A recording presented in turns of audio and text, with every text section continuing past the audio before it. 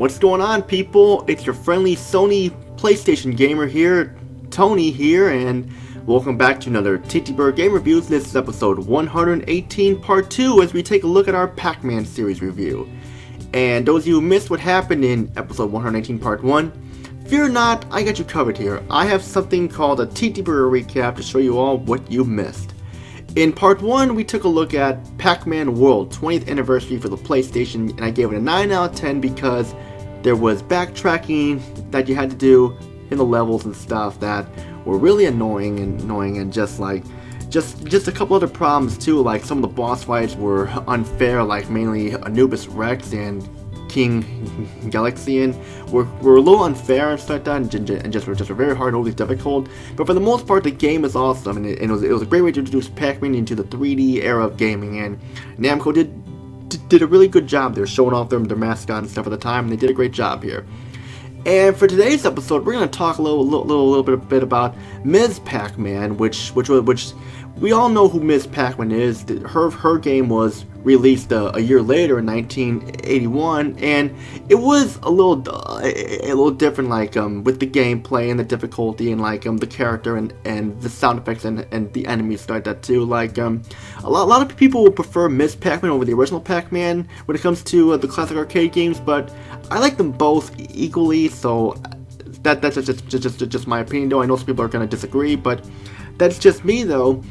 But before I get started here, I want to once again give a shout out to my good friend CCGamer88, who is a big Pac-Man fan here. So CCGamer88, I hope you enjoy here, because we're on episode 118, part 2 here, and we're going to talk about the very first 3D Ms. Pac-Man game here, and we got it right here. This game is Ms. Pac-Man Maze Madness, released for the PlayStation, Nintendo 64, the Dreamcast, and the Game Boy Advance and stuff. So let's get started here, and now, like I said before, this is Ms. Pac-Man's debut in 3D, and does it hold up well? Well, yes it does.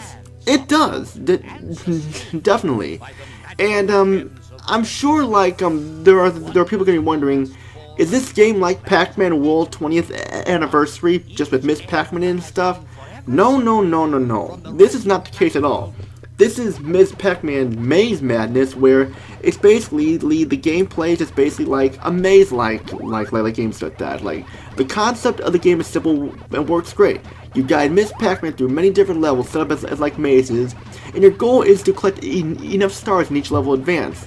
There are 4 stars in each level. 1 you get by getting to the end of the level, 1 by collecting all the fruit in each level, 1 by collecting every pellet and power pellet in the level, and it shows you like on a little compass where the pellets are located and stuff and how many you need to collect, and 1 by completing the level in a certain amount of time and stuff. And it's very fun, challenging, and innovative and stuff, and along the way you will be collecting power pellets, collecting fruit throughout each level, and more and more and more.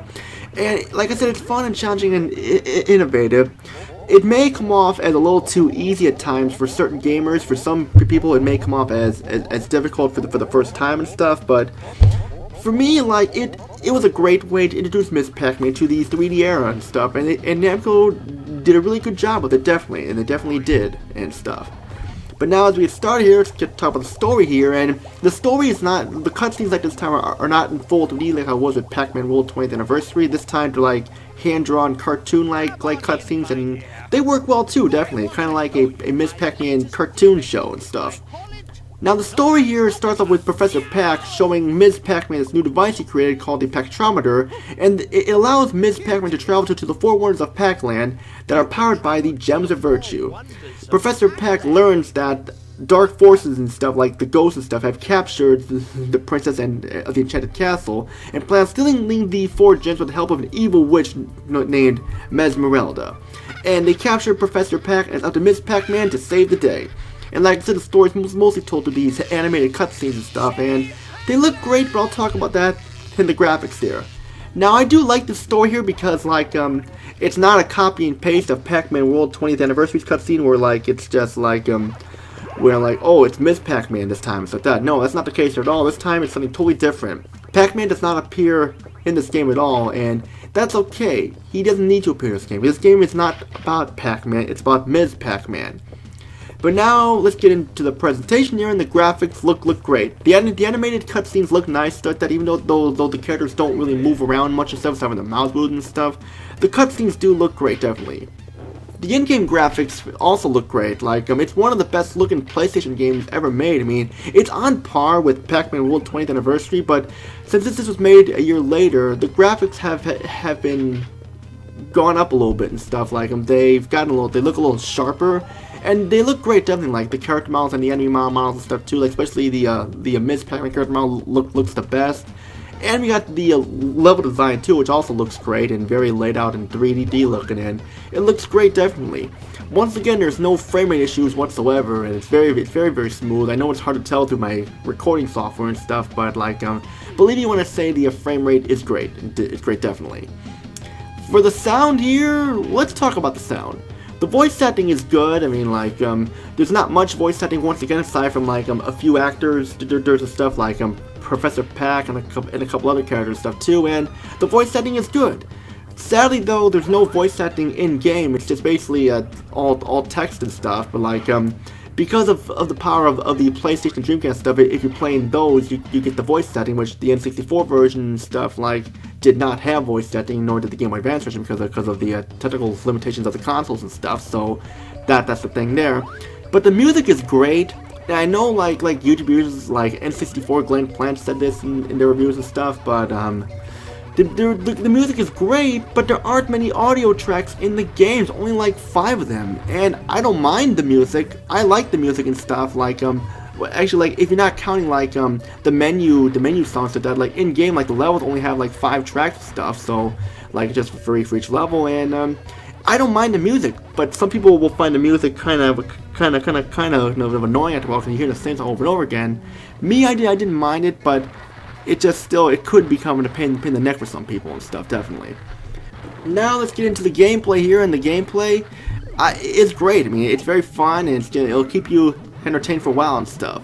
Now, I already explained what the concept of Ms. Pac-Man Maze Madness is, where you reach the end of the level to collect the stars, and there are 4 stars in each level and stuff, and like, it will be hard to get to unlock all the stars at first, because like some of them are hidden with like places where you need to access keys, and some of them are like the obstacles and stuff, but the difficulty is very balanced for the most part there, and it works really well, and Namco did a great job with it. You have over 180 mazes and stuff to like to get through, and that is a lot of mazes there to keep you entertained, while a lot of them could be short and stuff like that. It's short and simple does and stuff, and like a lot to keep you entertained. It's like, it's just that's a lot there, and I thought games like Rampage World Tour had a lot of levels, where like had about like 130 levels and stuff. Here you got 180 maze like levels to go through and stuff, and it works really well, and they did a great job here, and just there's a lot of content here.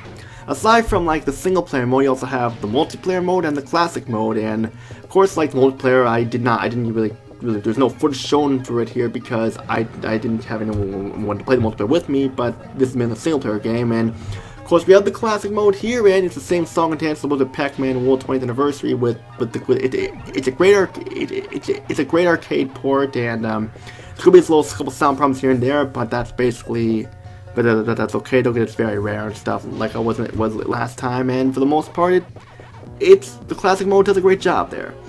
And aside from that, though, there really isn't much else to say about Ms. Pac-Man Maze Madness here, because like it's basically a maze-like game and stuff like that. And sure, some people may find it a little repetitive and stuff because you do the same thing over and over again. But me, it was a great way to introduce Ms. Pac-Man to like the 3D era and stuff, and the game can be a little too easy and stuff like that, and like there really isn't much voice acting and such and stuff, but like for the most part the game is great. I mean, like I had no problems with it though.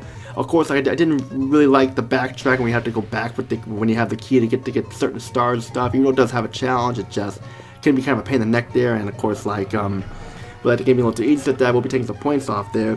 So my final verdict here goes like this: definitely pick this game up here. Definitely pick this game up because it's definitely worth it. If you want some craze for Ms. Pac-Man, this is the way to go in the 3D era and stuff.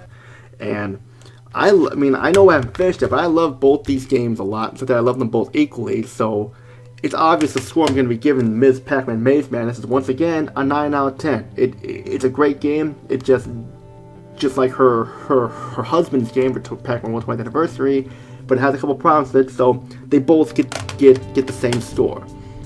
And that's pretty much all I gotta say for this part. Part 3 we're gonna dive into the 6th generation of gaming with the PlayStation 2 as we take a look at Pac-Man World 2. Now, how does this game fare up to like the 6th generation of gaming and stuff? Find out in episode 118 part 3. Which all I gotta say is Tony, peace out, and see you all in episode 118 part 3.